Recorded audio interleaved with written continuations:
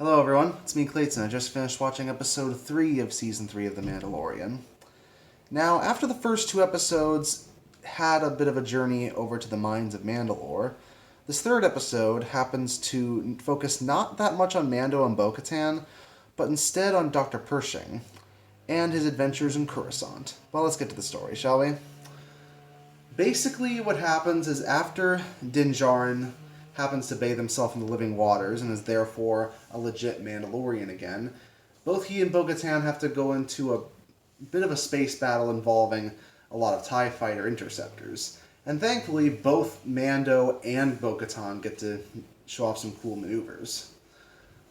But after they jump into light speed to get back to the other Mandalorians, we see Dr. Pershing as he's attempting to use his cloning technology to help the New Republic. But it seems that alongside other Amnesty workers that he's not allowed to help in the way that he wishes to. However, one of the Amnesty workers, G68, decides to tell him about a mobile lab that he can use to use his technology properly. So, surprisingly, after a fun little train sneaking mission, they find the mobile lab, and it turns out G68 betrays Dr. Pershing because she's apparently still working for the Empire.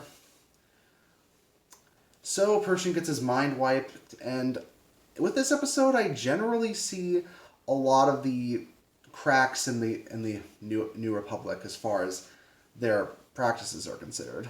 They use mind-altering technology that's pretty much the exact same one as used by the Empire.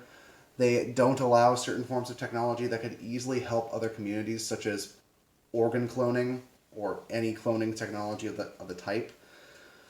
It seems that in the Republic's attempts to be unlike the Empire and to bring about a new era of prosperity, they have flaws that need to be ironed out, and which allow traitors like G68 to worm their way into Coruscant to cause more havoc than there needs to be.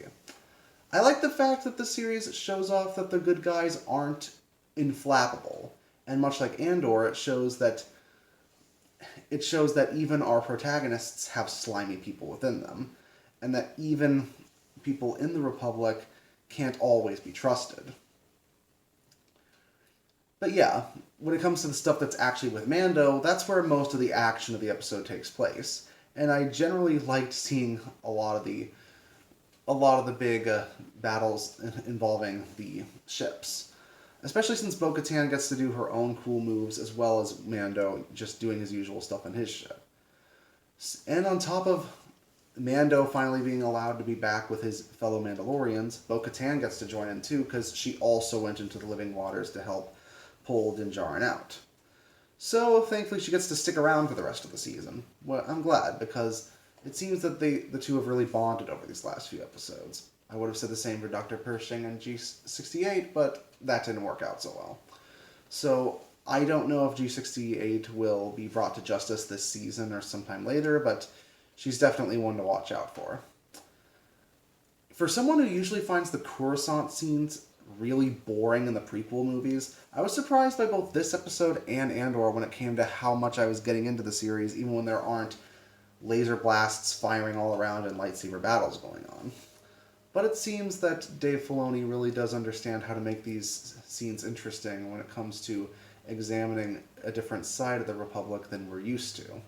And I hope that continues later on in the season. But I'll have to wait for next week to that. See you next time.